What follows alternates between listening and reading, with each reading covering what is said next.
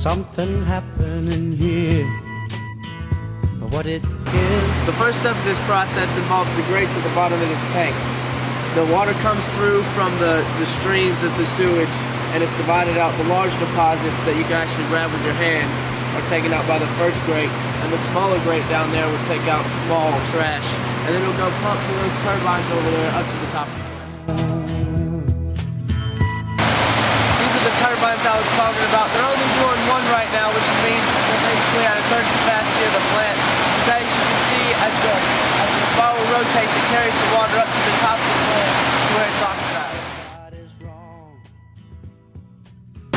This is the tank where the water goes after it's pumped up by the turbines.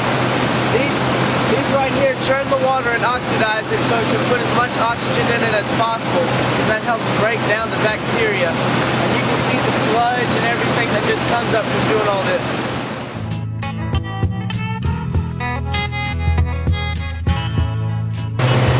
After the water is pumped up through the tanks below, it's taken here, where the sludge is churned up and it sucks right to the bottom because the water is so light.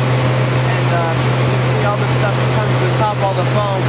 And there's so much oxygen and space in between all the water that if you jump in, you'll sink straight to the bottom. I'm not recommending that.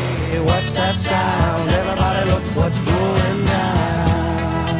In this building behind this big machine right here, all the sludge is pumped out of the water that we just saw downstairs, and it's turned into all this fertilizer. And you take this truck right here, and farmers come up and use it as fertilizer for their farm. This is the second to last stage. After the sludge is pumped out of the water and used for fertilizer, the water comes here to sit for any deposits that are left. They sink to the bottom, so they're pumped out, and the water is pumped over there for the final stage. This is the final stage of treatment. It used to involve chlorine, where you bleach the water just to disinfect it. But since it's released back into their streams and eventually into the lake, they just use UV rays now. And what happens is when the water comes through, they shine this light, and it kills 99.9% of germs, and it's just as effective as chlorine bleach.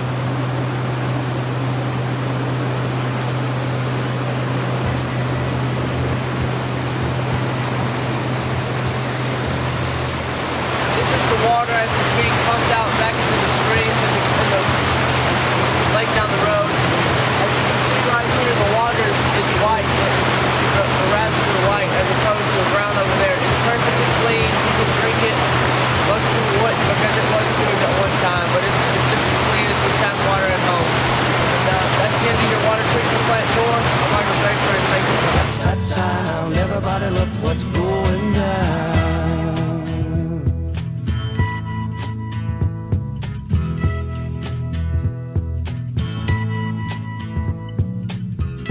Battle lines being drawn, nobody's right.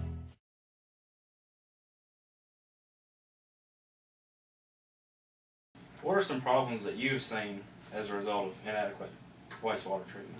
Oh yes, there's a lot of problems can happen. One good example is you may have noticed, like sometimes if you don't treat the water well enough and you release it to the rivers or ponds, you see the algae grow, it becomes green, and it smells good, bad, and look good. It's called eutrophication. It kills all plant life, fish life in there, you know, and that's one example of what might happen.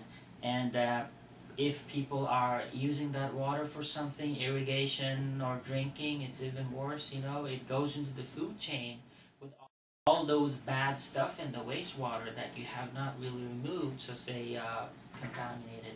So it triggers a whole chain reaction of all these things, you know, and that's what one of the you know, the big problems you have if you don't really treat this wastewater to a acceptable level before you release it back to the natural environment.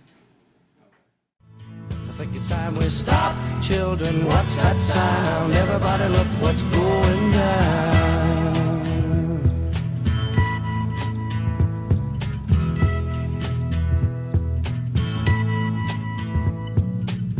There's battle lines being drawn.